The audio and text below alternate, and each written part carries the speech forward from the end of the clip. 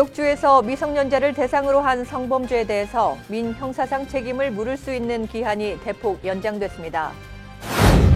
뉴욕 한인회가 한인회관 건물 3층에서 불법 거주하고 있던 세입자들과 합의에 도달했습니다. 뉴욕시는 자원봉사자 4천여 명을 모집해 노숙자 실태조사에 들어갔습니다. 올해 세금 보고는 30여 년 만에 세법 개정으로 많은 변화가 있어 공제 혜택에 대한 변경사항 알아봤습니다. 도널드 트럼프 미국 대통령이 새해 국정연설을 다음 달 5일에 하기로 낸시 펠로시 하원의장과 합의했습니다.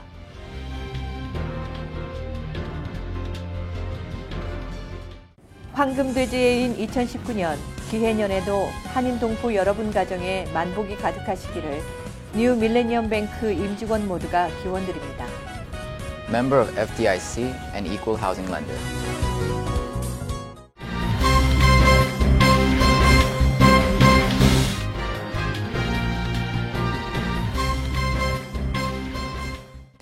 시청자 여러분 안녕하십니까? 1월 29일 화요일 KBTV 9시 뉴스 시작하겠습니다. 첫 소식입니다.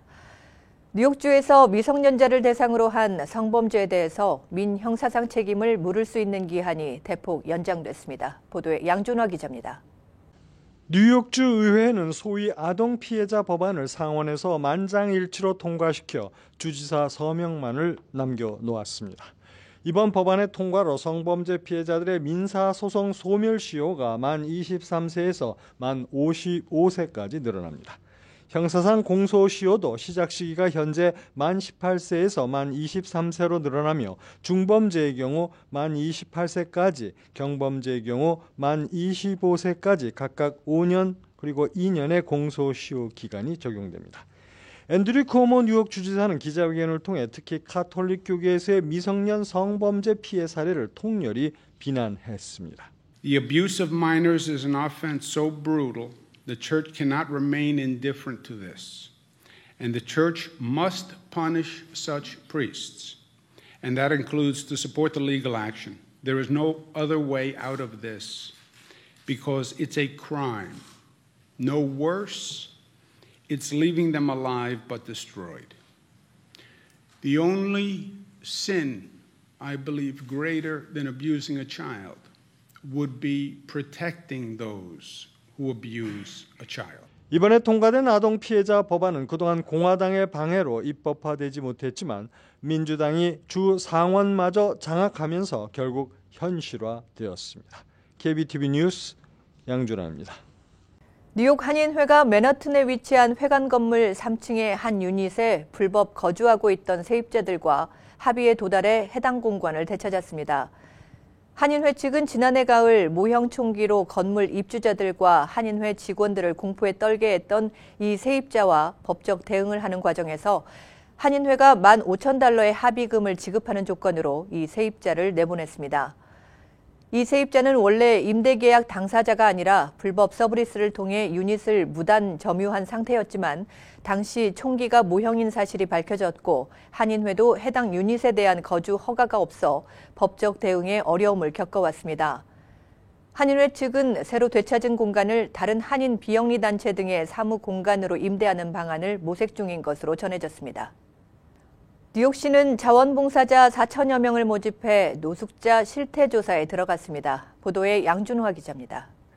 14년째 수천 명의 자원봉사자들이 뉴욕시 거리에서 노숙하는 사람들의 전체 인원수를 세는 일이 이번에도 시작되었습니다. 올해도 작년과 비슷하게 4,200명의 자원봉사자들을 모집한 시 당국은 오늘 새벽 0시부터 시작해서 새벽 4시까지 노숙자 인구 실태를 조사했습니다. 2005년에는 뉴욕시 사상 노숙자 인구가 최대 정점을 찍어 4,395명을 기록했습니다. 가장 적은 수로는 2009년 2,328명이었습니다. 작년에는 전해보다 6% 줄어든 3,675명으로 집계되었습니다. 최근에는 노숙자의 연령이 약간 젊어지고 있으며 마련된 쉘터에 들어가는 것을 꺼리는 사람들도 상당수 있는 것으로 알려졌습니다. 노숙자들은 대개 정신질환을 겪는 경우가 많지만 최근 들어서는 월세를 내지 못해 노숙을 하기로 한 사람들이 증가하는 추세입니다. 노숙자 실태 조사를 하는 이유는 단순한 숫자를 세는 것이 아니라 노숙하게 된 경위와 그들을 지붕이 있는 쉘터 등으로 끌어들이는 목적에 두고 있습니다. 이번 노숙자 인구 조사의 자세한 결과는 늦은 봄쯤 공개될 예정입니다. KBTV 뉴스 양준하입니다. 뉴욕시 법원 관계자들이 이민 세관 단속국의 이민자 체포 작전에 협조한 것으로 드러났습니다. 이 같은 사실은 뉴욕의 이민자 권익 옹호 비영리 단체 다큐멘티드가 웹사이트를 통해 공개하면서 알려졌습니다. 지난 2017년 3월 맨해튼 형사법원의 IC 요원 윌리 아웃로가 나타나 법원 경찰에게 명함을 건네고 범죄 혐의를 받고 있는 스탠리라는 남성이 법원에 출두하기 위해 나타나면 연락달라고 요청한 것을 예로 들었습니다. IC 요원들은 지난 2017년 2월부터 2018년 8월 사이 뉴욕주 법원에서 66명을 체포한 바 있으며 이 중 법원 경찰의 도움으로 불법 체류 이민자를 체포한 경우는 6건이 있었던 것으로 밝혀졌습니다. 이와 관련해 이민자 권익 옹호 단체들은 현재 뉴욕주 의회에 계류 중인 프로텍트 아워 코트 액트에 조속한 통과를 촉구하고 있습니다. 뉴저지 한인 상록회가 추진하고 있는 제15대 회장 선거 일정이 늦춰질 가능성이 높아졌습니다. 상록회는 지난 17일 펠팍 상록회관에서 권영진 제14대 회장이 공식 사임하는 것과 함께 박재희 후보 측과의 소송에서 합의를 함으로써 29일까지의 후보 등록과 2월 18일 회장 선거를 치르는 일정을 발표했습니다. 상록회는 박 후보 측 변호사가 보내온 합의서에 이 같은 회장 선거 일정이 제시돼 있다며 이변이 없는 한 후보를 내세워 선거에 임하겠다는 입장이었습니다. 한편 박 후보는 변호사가 소송 합의서를 보내긴 했지만 일부 내용은 자신으로서는 받아들이기 어려운 점이 있다는 점을 밝혔습니다. 이와 관련해 박 후보는 조만간 뉴저지 상록회 소송 등의 각종 문제를 해결할 수 있는 방안과 관련해 기자회견을 열고 자신의 입장을 공개적으로 설명하겠다고 밝혔습니다. 올해 세금 보고 접수가 지난 28일 시작된 가운데 30여 년 만에 세법 개정으로 많은 변화가 있어 납세자들의 주의가 요구됩니다. 금년도 공제 혜택에 대해 양준하 기자가 자세히 알려드립니다. 올해 공제를 받을 수 없게 됐거나 혜택이 대폭 축소된 항목들이 있습니다. 먼저 인적 공제는 지난해까지만 해도 납세자는 소득세 신고서에 명기된 가족 구성원 1명당 $4,050를 인적 공제로 소득에서 차감할 수 있었습니다. 일례로 미혼 납세자는 본인 1명을 자녀 2를 둔 부부는 총 4명까지 공제 신청이 가능했지만 올해 개정된 세법으로 인적 공제는 없어집니다. 이사 비용 공제도 군인 등을 제외한 모든 납세자는 이사에 들어간 비용 공제를 더는 받을 수 없게 됐습니다. 개정 세법에서는 아예 사라졌기 때문입니다. 직업 관련 비용 공제 항목도 라이선스 수수료, 고용주가 요구한 의료 테스트, 의복 장비 설비처럼 본인의 작업상 필요에 의해 지출한 비용도 올해부터는 세금 공제 대상에서 제외됐습니다. 주차비와 교통비용 공제에 대해서는 고용주는 직원에게 주차와 교통비 명목으로 지급한 월 $255에 대해 공제 혜택을 받을 수 있었지만 개정세법에서는 이를 폐지했습니다. 주택담보융자 이자 공제와 관련해서는 홈 에쿼리 융자와 홈 에쿼리 라인 오브 크레딧 등의 주택담보융자에 대한 이자 공제는 여전히 가능하지만 사용처가 명확하게 제한되었습니다. 신규 세법은 주택 리모델링이나 중축처럼 주택공사와 직접적으로 연관된 지출에만 이자 공제를 인정해주며 올해부터는 다른 용도로 사용한 경우에는 세제 혜택을 받지 못한다는 점이 변화된 내용입니다. KBTV 뉴스 양준하입니다. 지구온난화의 부작용으로 북극의 차가운 공기가 미 대륙을 덮고 살인적 추위로 기승을 부리고 있는 가운데 목요일부터 뉴욕, 뉴저지도 기록적인 추위를 보일 것으로 예상됩니다. 보도에 양준화 기자입니다. 미 국립기상청은 북극의 차가운 공기 폴라 보텍스가 제트기류 약화를 틈타 남하하며 노스다코타와 미네소타, 위스콘신과 시카고를 비롯한 일리노이 북부 등에 영향을 행사하고 있다고 발표했습니다. 지구 온난화의 부작용으로 북극의 차가운 공기가 밀려 내려오면서 폭설로 덮인 미국 중북부 지역에 기록적 한파가 예고되고 있습니다. 2주간 연속 폭설이 계속된 시카고 일원에는 어젯밤부터 오늘 오전까지 최고 7인치에 달하는 눈이 더 내렸습니다. 오늘부터 기온이 급강하하면서 시카고 지역 최저 기온은 섭씨로 영하 27도까지 떨어질 전망입니다. 또한 30일 체감 기온은 시카고 일원에 영하 섭씨 44도, 시카고 북서교에는 섭씨 영하 48도, 미네아폴리스 경우에는 섭씨 영하 51도까지 떨어지는 등 중북부 대부분 지역이 1994년 이후 25년 만에 가장 추운 날씨를 기록할 것으로 전해졌습니다. 더구나 추운 날씨가 시카고에서는 61시간, 미네아폴리스에서는 78시간 연속으로 이어지며 위스콘신주 그린베이에서는 무려 83시간 이상 계속 한파가 이어지고 있어 각별한 주의를 요하고 있습니다. 한편 이번 강추위는 뉴욕, 뉴저지에도 약간의 눈과 함께 몰아닥치면서 살인적인 추위를 이어갈 것으로 보여 노약자들은 동상 등의 주의를 요하며 가능한 외출을 자제하라는 경고를 받고 있습니다. KBTV 뉴스 양준하입니다. 도널드 트럼프 미국 행정부가 2차 북미 정상회담 때 북한 김정은 위원장이 구체적인 핵 폐기 조치를 취하도록 유도하기 위한 특별 경제 패키지를 준비하고 있다고 워싱턴 타임스가 보도했습니다. 워싱턴 타임스에 따르면 이번 계획은 김 위원장에게 북한이 비핵화를 이행하면 미국과 그 동맹국들이 북한에 보상하기 위해 노력할 것이라는 점을 증명하기 위해 일종의 에스크로 계정을 개설하는 방식입니다. 이는 스티븐 비건 미국 국무부 대북정책 특별대표가 주도하는 것으로 미국 측은 이미 북미 간 비공개 실무회담에서 대북 설득을 시도했다고 신문은 덧붙였습니다. 도널드 트럼프 미국 대통령이 새해 국정연설을 다음 달 5일에 하기로 낸시 펠로시 하원 의장과 합의했습니다. 이에 따라 트럼프 대통령이 대북 문제를 포함해 국정 현안에 대한 어떤 메시지를 발신할지가 주목됩니다.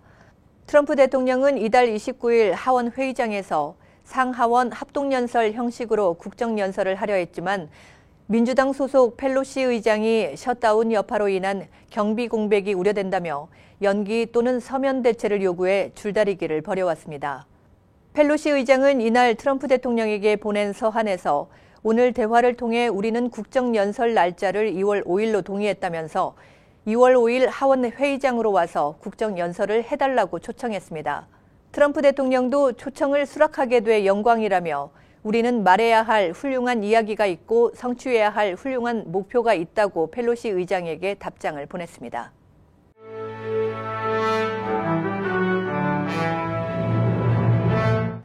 사건 사고입니다.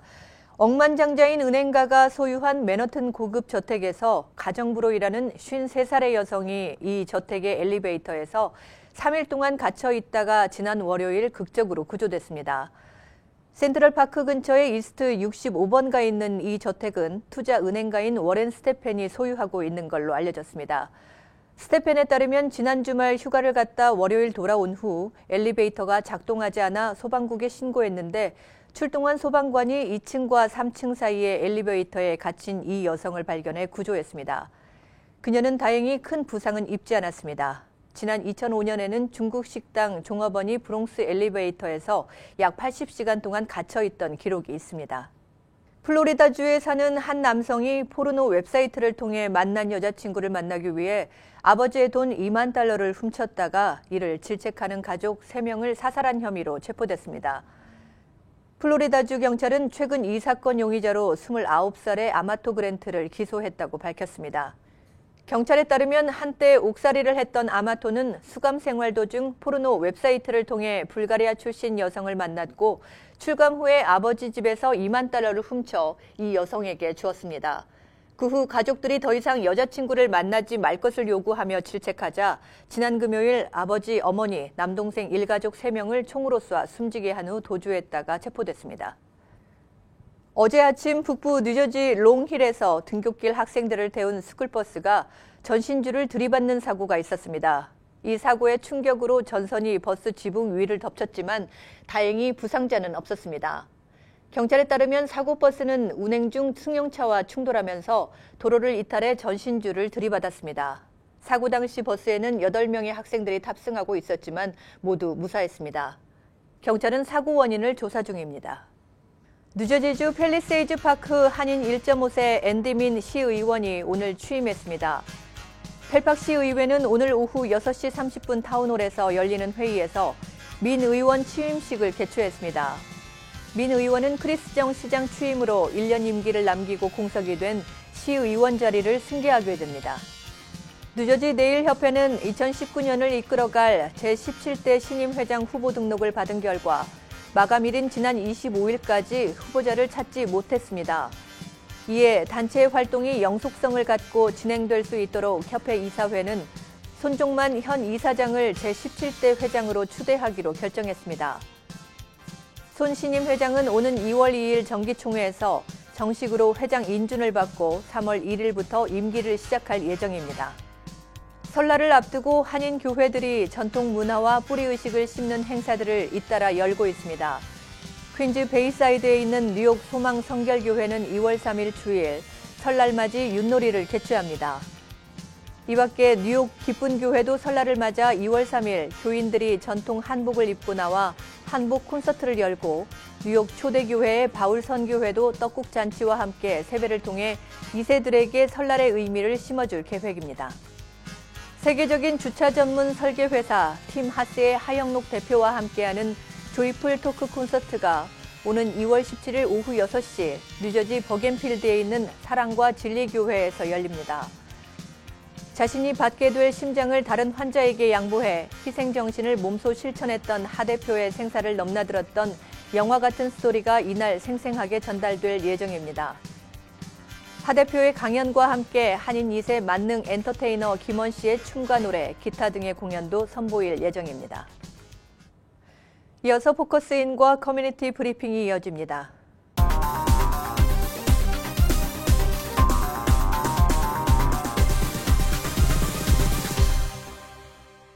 네, 김광우 공인회계사를 모시고 지난주에 이어서 2부 계속해서 세금 보고에 관련된 내용 포커스인 진행해 나가도록 하겠습니다. 안녕하십니까. 안녕하세요. 네, 이제 1부에서 어제죠. 어제 1부에서 우리 회계사님께서 세금 보고 하기 위해서는 서류 준비하는 과정 중에서 가장 마지막에 해외 금융 계좌 신고라는 것이 있었어요. 예, 이렇게 이것을 저도 뭐 몇 번 들어본 적이 있습니다만 아직 규정을 잘 모르시는 분들이 꽤 있을 것 같은데요. 네, 말씀 좀 해주시겠습니까? 3, 4년 전보다는 그래도 이제 많은 분들이 해외 금융계좌 신고라는 것이 있구나. 그래서 이제 많이들 문의를 하고 계세요. 근데 아직도 이제 혼선이 되는 부분도 많고 모르시는 분들도 아직도 많고 그래서 다시 한번 설명을 드리면 이 해외 금융계좌 신고는 사실 세법이 아닙니다. 그렇기 때문에 세금도 납부할 필요가 없습니다. 그렇기 때문에 굳이 이거를 피하거나 두려워하실 필요는 없겠는데요. 사실 1970년부터 있었던 새로운 법이 아니라 기존에 있었어요. 금융법입니다. 그래서 관리기관도 IRS가 아니라 세금을 내는 게 아니기 때문에 연방 재무부에서 관할하는 그런 금융법이고요. 그러다가 이제 2008년쯤인가요? 스위스 비밀은행 정보가 미국 IRS로 넘어오면서 그때부터 IRS가 해외에 금융 자산이 있는 사람들을 이제 추적하고 제재하고 벌금 부과하고 이렇게 시작을 하면서 지금은 이제 해외 금융계좌 신고가 IRS가 가장 중점을 두는 그런 신고 규정 중에 하나이기 때문에 이제는 좀 많은 분들이 좀 조심할 필요가 있겠고요. 신고 금액이 있나요? 예, 뭘 신고해야 되는가 이렇게 물어보시는 분들도 있어요. 그래서 신고하는 규정은 일단 내가 미국을 제외해서 한국을 포함 해외에 내 이름으로 만들어진 금융계좌가 있는데 그 금융계좌의 금액을 다 합쳤더니 1년에 한 번이라도 1만 달러, 그러니까 10,000불이 넘은 적이 있으면 이제 그 모든 계좌를 다 신고해야 된다라는 것이 규정인데 여기서 이제 많은 분들이 혼선을 하는 것이 계좌당 10,000불인 걸로 잘못 알고 계세요. 그래서 계좌당 10,000불이 아니라 예를 들어 제가 ABC라는 3개의 계좌가 있단 말이에요. 그리고 각 계좌에 예를 들어서 5,000불, 5,000불, 3,000불이 있었어요. 그러면 각 계좌당은 10,000불이 안 되잖아요. 그러니까 나는 신고할 필요가 없어 이렇게 생각하시는 분들이 많은데 꽤 있을 것 같은데. 5,000, 네, 맞습니다. 3,000 다 합치니까 10,000불이 넘어가잖아요. 13,000불. 그러면 그 ABC 3개의 계좌를 다 신고를 해야 되는 것이기 때문에 일단 모든 금융 자산을 합쳤을 때 내가 $10,000가 넘은 적이 1년에 한 번이라도 있었는지 없었는지 그걸 먼저 판단해 보셔야 될 것 같습니다. 그것도 확인해 봐야 되겠네요. 예, 맞습니다. 그럼 만약에 신고를 못 했어요. 예. 몰라서. 그럼 어떻게 벌금이 있어요? 벌금이 많죠. 사실 많아요? 그 페카라고 들어보신 적도 있을 거예요. 이게 한국과 미국 간의 국가 간의 네. 조약인데 금융 정보를 자동으로 교환하는 이런 협정이 체결된 적이 있습니다. 몇 년 네. 전에, 한 2년 전에. 그래서 한국의 금융 정보가 네. 한국에 있는 국세청에 의해서 미국에 있는 IRS로 전산화 처리가 돼서 그 금융 정보가 이게 넘어오기 시작하고 있습니다. 네. 그래서 내가 이제 해외 금융 계좌가 있는데 신고를 네. 하지 않았을 경우 그러다가 적발이 되면 네. 이제 세무 감사로 이어지고 그랬을 때 이 벌금이 네. 뭐 어마어마하게만 금융 재산의 50%까지 벌금 부과받을 수도 있고요. 또 이것이 의도적으로 내가 신고를 피했다. 그러니까 네. 의도적이다라고 판단될 경우에는 네. 이제 형사소송으로도 이어질 수 있는 그런 중대한 사항이기 때문에 그렇게 가볍게 보실 부분은 아닌 것으로 그렇게 알고 있습니다. 그렇군요. 그 시민권을 받았을 때도 혹시 그 점에 걸려서 또 시민권을 못 받는 분이 계신다고도 들었는데. 예, 뭐 그런 얘기도 종종 들리는데 그게 네. 사실은 사실입니다. 왜냐하면 사실이에요? 네. 영주권이든 시민권이든 그 신청 서류에 네. 당신은 모든 세법의 의무를 다했습니까? 라고 거기 테스트모니얼 네. 질문들이 있거든요. 네.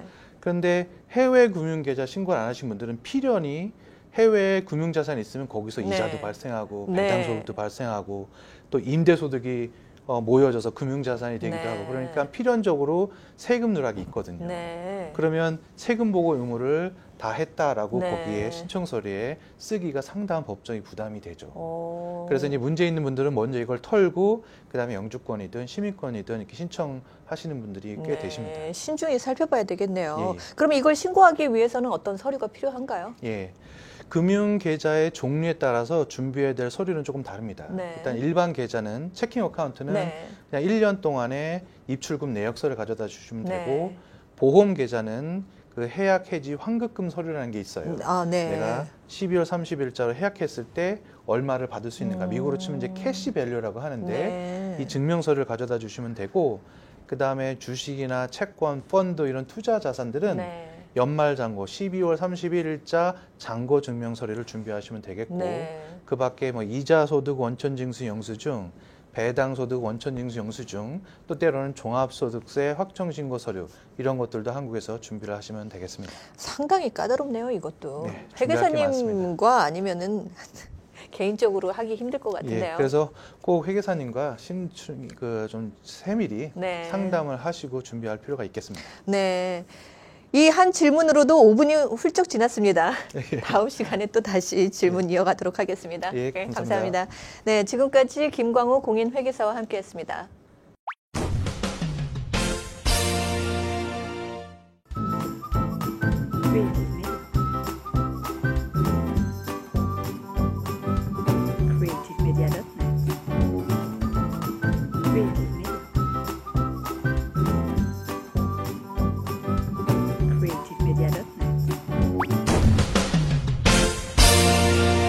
환율과 증시 전해드립니다.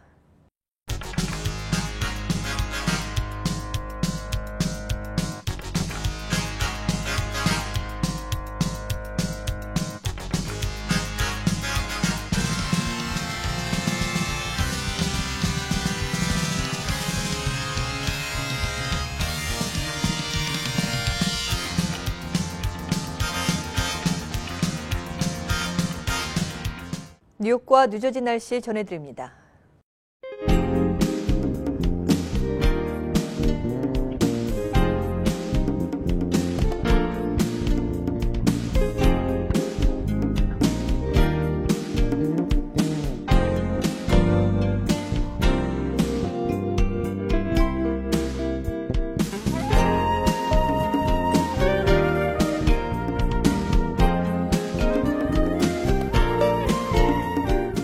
오늘도 KBTV 뉴스9을 시청해주신 여러분 고맙습니다. 편안한 화요일 저녁 보내시기 바랍니다.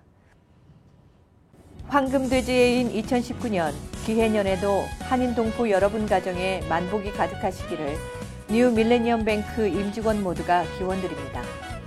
Member of FDIC and Equal Housing Lender.